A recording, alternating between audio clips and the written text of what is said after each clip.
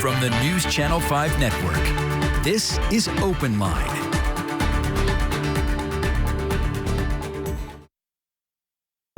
Good evening and welcome to Open Line. My name is Chris Davis and I'm happy to be sitting in the chair with you tonight. Our topic is environmental sustainability. How can we help? And there's certainly, we're going to learn over this next hour, lots of ways we can help. Our guest tonight is Dodd Galbreath from Lipscomb University. Dodd, thank you so much for being here tonight. It's my honor. Thank you. So give us a little background on what you teach and what you've studied and why it's important. Yeah, environmental sustainability, that's a great way to describe it, because the environment is what's originally defined it and focused its direction, but it really is kind of a triple bottom line approach to kind of use business speak. We want the environment to be protected, we want businesses to thrive, we want people to thrive, and so we want all that to be integrated. And in the early phase of sort of modern environmentalism, we were so focused on, you know, green water coming out of pipes and black smoke coming out of smokestacks that we kind of zeroed in on those point sources, and we often created other problems. We created sometimes problems for business that they really struggle with. We created problems for people sometimes that didn't give them adequate access or voice in what was going on in their community. And so this new approach seeks to integrate all that, but it's really now being driven by climate change. That's the existential goal that we're trying to achieve. Sure, and that is obviously a deep subject that we can delve into tonight. But first, maybe to set things off, is when people hear a lot about climate change, what do you feel like humans can really do to alter it one way or another if we're heading down the wrong path? Yeah, they can do what they've always done when we've needed change. You know, American society is based upon a revolution of thought and a revolution of innovation, and that's where we are with energy. Energy is the source of all the carbon emissions that are creating a blanket that's coating the atmosphere, that's keeping most of the sun's energy from escaping that normally would escape. For example, in 1 hour of one day, we receive enough energy from the sun to power the entire planet for a year. So that energy has to go back out of the atmosphere. The windows have to be kind of rolled down on the car in the summertime, so to speak. It's the same analogy. It works really well that way. And so because of that, you know, everybody needs to be talking about it. Everybody needs to be thinking of ways they can contribute. You know, the Minutemen and the Minutewomen of the early American Revolution were all contributing in small ways, and they beat the largest military in the world. So what do you think are some of the steps that we need to be thinking about doing right now, and then long form, what are some of those changes that we need to make? It's all about energy. I mean, you know, if carbon were just coming from our breath, you know, that historically that hasn't been a problem, you know, we could deal with that.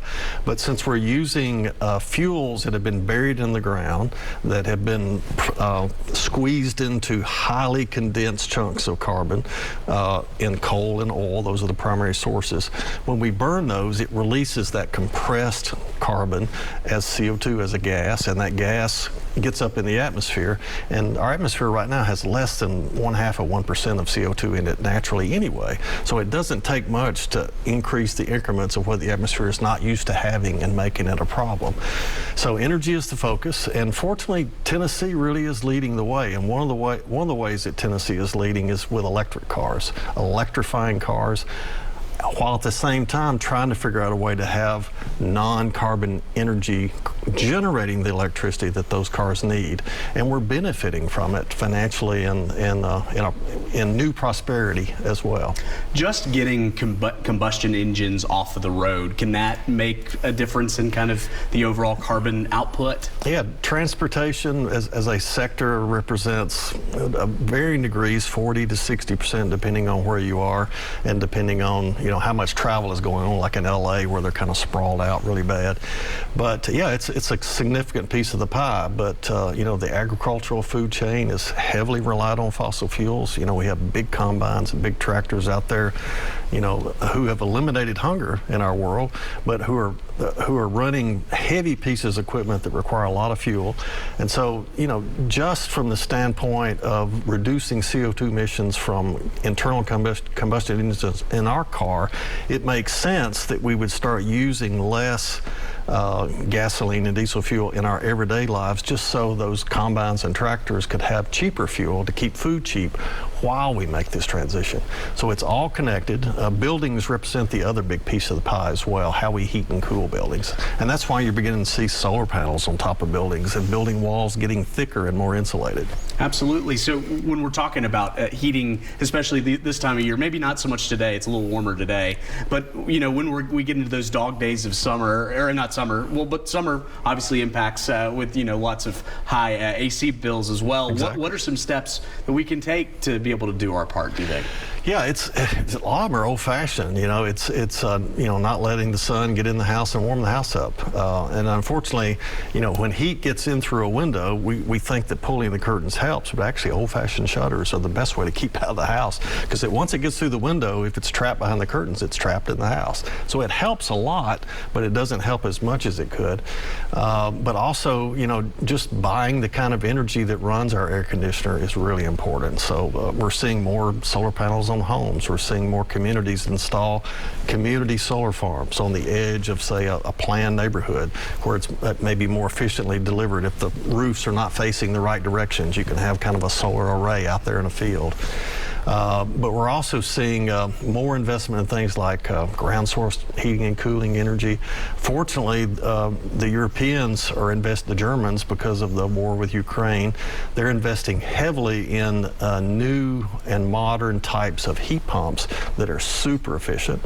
So it takes less renewable energy to generate electricity to run those air pumps, those air source pumps.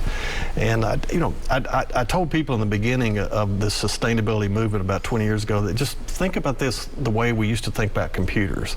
They were really rare, they were really expensive, they didn't hold a lot of data, and now you can get one for, you know, a fraction of what they used to cost, and they store what Oak Ridge National Labs computers couldn't hold in one big server farm.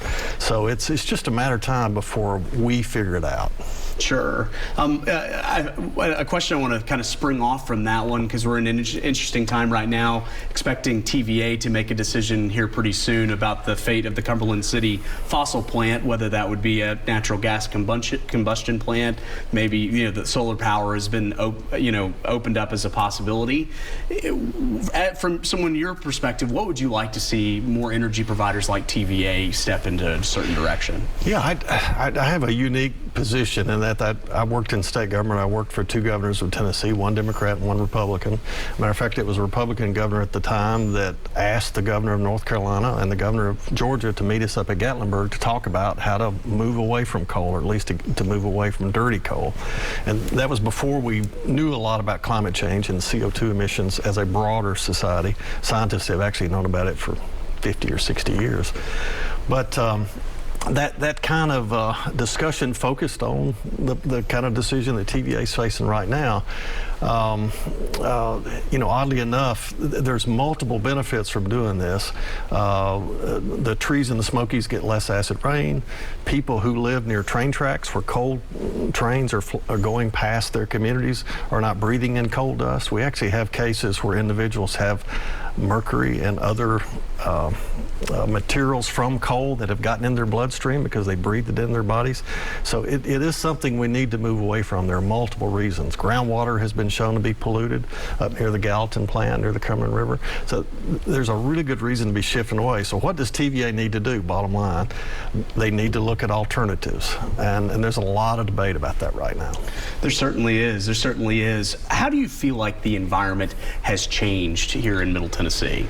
Oh, it's, you know, in some ways, I was really encouraged by Mayor Dean and Mayor Purcell's efforts. You know, Mayor Purcell had us focus on neighborhoods, had us focus on green spaces and greenways, as well as economic growth in Nashville. So he tried to keep Nashville livable. You probably remember his early TV ad of his desk sitting in the middle of a neighborhood street doing the mayor's business. And I thought that sent such a great message. And then Carl Dean came along and said, you know, the world is getting more complex. Everything's much more connected than we realized. That was actually his campaign ad in those early days. And he said, you know, we need to think about what our connectedness is that's healthy for us and that's prosperous for us. And he started investing in downtown. And we saw downtown go vertical. Now that's the solution, going vertical and tighter. Sprawl creates really inefficient networks of supply chains and human interactions that burn energy unnecessarily and really inefficiently. And so Nashville's done a really good job with its city core, but now, unfortunately, we seem to be kind of growing out again into the hillsides. We're clearing trees from mountains. We're taking the spongiest places on our landscapes that keep our floods from being much, much worse, and we're hardening those mountainscapes with new streets and new driveways and new rooftops. And we're going to have to live with those consequences. I'm not sure what the answer is, because part of it is being accelerated by climate change. You've got folks from Oregon who are experiencing fires. You've got folks from California who are experiencing all kinds of challenges. Mudslides, fires, travel congestion, high cost of living. They're all moving here. You know, they were moving to Arizona and Texas, but chiefly Austin, Texas. And when you talk to folks down there, they talk about how prices are rapidly going up, just like they're going here. So, you know, all of these problems compound on themselves. And so fortunately, we're getting capital from a hot economy. If we'll take that excess capital and invest it in the future the way our forefathers and foremothers did in this country, we'll get solutions that will work for our children and our grandchildren. And that's really the impetus I think we all need to feel. Sure. To your point, though, are we getting into an era, you hear a lot of researchers talk about, where because of climate, because of, you know, increasing hurricanes, because of wildfires, like you mentioned, where we're going to see a bit of a migration shift. Do you think are we living that right now? Easily. I mean, anybody that goes to the beach knows how congested the beach is with hotels and with buildings and with lifestyle, because everybody wants to see that ocean front, and they see all those tall buildings in Miami out on the beach. And what they may not realize is that, you know, once or twice a year we get these king tides, you know, where the sun and the moon and the earth all are lined up together, and that means there's extra pull, there's extra gravity pull on the oceans. And so the king tide is that big tide that comes in, that's the highest tide of the year. That is a great sort of dove in the coal mine indicator that sea level may be rising faster than we thought. And Miami is getting more flooding, Virginia Beach is getting more flooding, Boston is getting more flooding from king tides that they didn't used to get. So that signal is already there. We know it's already happening. And I think the other thing, I know there's a lot of skeptics out there about climate change. It's, you know, being a skeptic is a healthy American value because it creates better government, it creates better input. But that skepticism can also be fed with the knowledge that even though there are cycles that allow our sea level to rise and fall in smooth cycles, when you add extra fuel to the fire, then you see those cycles get erratic. You see king tides get bigger. You see the Nashville flood dump more rain than it's ever dumped in Nashville before. You see hurricanes that are stronger than they've ever been before. That's a signal from the atmosphere and from the environment that it's being supercharged in an unnatural way. It's not a natural cycle anymore, it's a supercharged cycle. Absolutely. I want to touch on a lot more with you as this goes on, especially when it comes to skepticism. But we're going to have to fit in a quick commercial break. We'll be back after this.